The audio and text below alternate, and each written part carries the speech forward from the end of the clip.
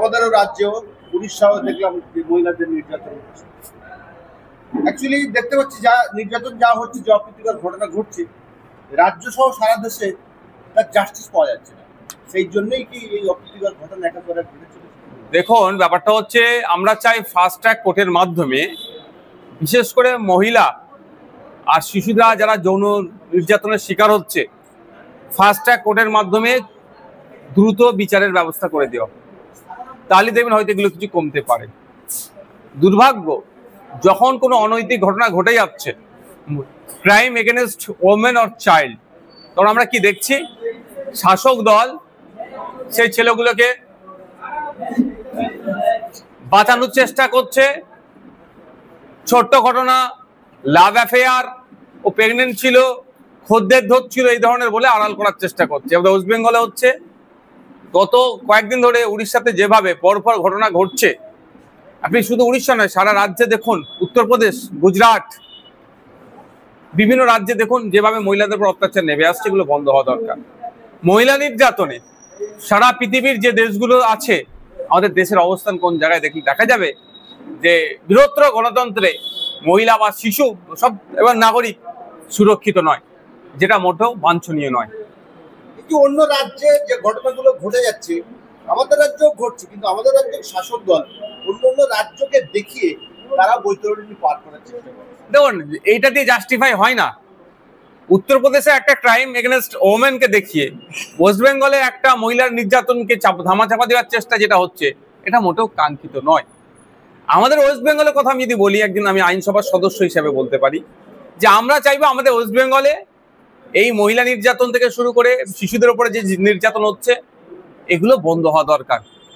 আমরা বন্ধ করার পরে আমরা বলতে পারবো যে ওয়েস্ট বেঙ্গলের রেট এখন এখানে এসে পৌঁছেছে, আর 2011-তে এই রেট ছিল, 2025-এ এই পৌঁছেছে, তখন অন্য রাজ্যকে আমরা উদাহরণস্বরূপ দেখাতে পারি। কিন্তু দুর্ভাগ্য আমাদের, আমরা সেটা হচ্ছে না। উল্টে আমাদের রাজ্যে যে ঘটনা ঘটে যাচ্ছে, অন্য রাজ্যকে ঘটনাকে দেখিয়ে ধামাচাপা দেওয়ার চেষ্টা হচ্ছে। ফলে ব্যর্থতাকে ঢাকা দেওয়ার জন্য অন্য রাজ্যকে আমরা টেনে নিয়ে আসছি। 10 তারিখে আমরা দেখলাম যে তৃণমূলেরই নেতা একজন রেজ্জাক খান খুন হয়েছে, সেই নিয়ে ভাবার উত্তেজনা ইতিমধ্যেই শেষ হয়নি।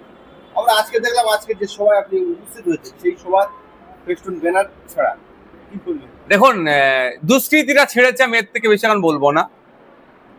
অফিসার এসেছিলেন একজন, আমার সাথে কথা বললেন, তাকে বিষয়টা বললাম, আমাদের লিখিত অভিযোগ দায়ের হচ্ছে। আমি একটা কথা বললাম যে আপনারা জানেন এখানে একটা রাজনৈতিক দলের কর্মসূচি হবে, স্বাভাবিকভাবে এখানে প্রোটেক্ট করা দরকার ছিল, অর্থাৎ এখানে আপনাদের ফোর্সের চাই সিভিক ভলেন্টিয়ার হোক বা কনস্টেবল রাখা দরকার ছিল। সেই বিষয়টা তিনি যে উত্তরটা দিলেন আমাকে সে তত পছন্দ লাগেনি। তারপরেও বলছি, দুষ্কৃতীরা এসে রাতের অন্ধকারে আমাদের এখানে অঞ্চল, পোলেরহাট 1 নম্বর অঞ্চল, পোলেরহাট 2 নম্বর অঞ্চলে আজকে অঞ্চল সম্মেলন আছে, অর্থাৎ রাজনৈতিক একটা কর্মসূচি আছে, ইন্টারনাল কর্মসূচি। আমাদের যারা প্রতিনিধি আসবেন তাদেরকে স্বাগত জানানোর জন্য এই অভ্যর্থনা কমিটির পক্ষ থেকে একটা তোরণ করা হয়েছিল, একটা গেট করা হয়েছিল। রাতের অন্ধকারে কিছু দুষ্কৃতী এসে সেটাকে ছিঁড়ে দেয়। এবার কে বা কারা, তাদের পলিটিক্যাল অ্যাফিলিয়েশন কি, আমি এক্ষুনি বলতে পারবো না, বা আমি হাত গুনাকে বিশ্বাস করি না, বা আমি হাত গুনতে পারি না। এটা প্রশাসনের কাজ হচ্ছে। যে বা যারা এই ব্যানারকে, গেটকে ছিঁড়ে অস্থিরতার পরিবেশ তৈরি করতে চেয়েছিল, হিংসার পরিবেশ তৈরি করতে চেয়েছে, আমরা তাদের ফলে তো পা দেব না। তাদের বিরুদ্ধে কঠোর ব্যবস্থা প্রশাসনকে নিতে হবে। এই প্রশাসন দেখুক, বা রাজ্য সরকার দেখুক, বা প্রধান দল, শাসক দল দেখুক যে পশ্চিমবাংলায় গণতন্ত্রটা কিভাবে, শাসক দলের যিনি চিফে আছেন দেখুক যে পশ্চিমবাংলার গণতন্ত্রকে কিভাবে গলা টিপার চেষ্টা হচ্ছে। গণতন্ত্রের বিরোধীরা যত শক্তিশালী থাকবে, ডেমোক্রেসি ততটাই সুরক্ষিত থাকবে।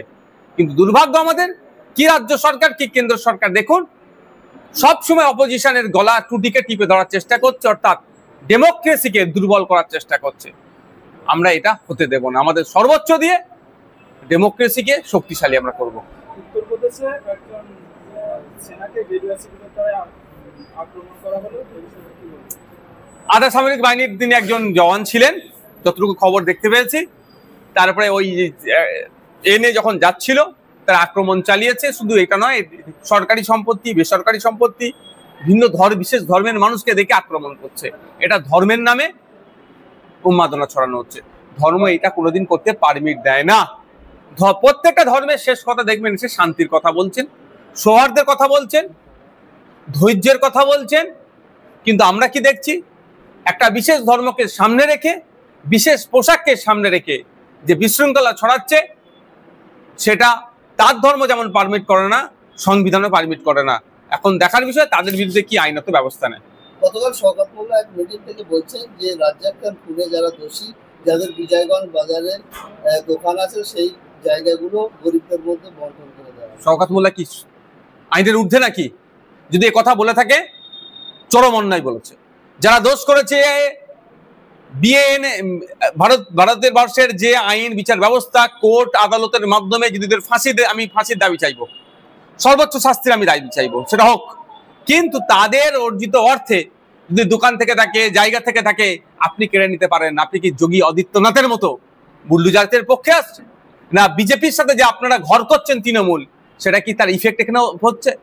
মন পাওয়ার জন্য, পরিবারের মন পাওয়ার জন্য, ভাঙড়ের মানুষের মন পাওয়ার জন্য এই ধরনের অবাঞ্ছিত মন্তব্য করছে। এটা চরম অবাঞ্ছিত মন্তব্য। যে খুন করেছে তার সর্বোচ্চ শাস্তি হোক, এটা চাইবো, কিন্তু তার সম্পত্তি অন্য কেউ কেড়ে নেবে, এটা হতে পারে না। এটা দেশের আইন পারমিট করে না। এবার শওকত মোল্লা সাহেব যে কথা বলছে, এর সাথে তৃণমূল কংগ্রেস সহমত কি কথার সাথে সহমত নয়, তৃণমূল কংগ্রেসের বড় নেতৃত্ব যারা আছে, হাইকমান্ড আছে, তাদেরকে আপনারা একটু জিজ্ঞাসা করুন। তিনি বলছেন তো যে প্রশাসনের সাথে আমার কথা হয়। প্রশাসনের সাথে কথা হলে এরকম আইন, আমি ভাই বিএনএসএস আমি যতটুকু পড়েছি, এই ধরনের কোনো জায়গায় বলা নাই কেউ খুন করলে তার জায়গা কেড়ে নিতে হবে। তাহলে নতুন করে পশ্চিমবাংলার মধ্যে ক্যানিংকে আলাদা দেশ যদি উনি ঘোষণা করে দেন, যে আলাদা দেশ ক্যানিং, এই আর ভাঙড়টা ওনার জন্য এখন যদি